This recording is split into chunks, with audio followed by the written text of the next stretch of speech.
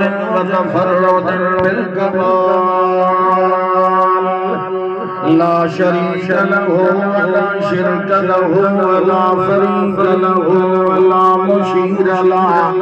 وحده لا ولد له ولا بلد له ولا ولد له ولا مولود له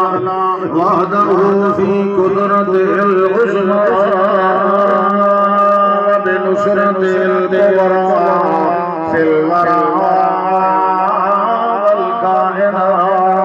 والكائنات ثم نشهد أن سيدنا وسندنا وحبيبنا ونعيمنا وكريمنا محمدا عبده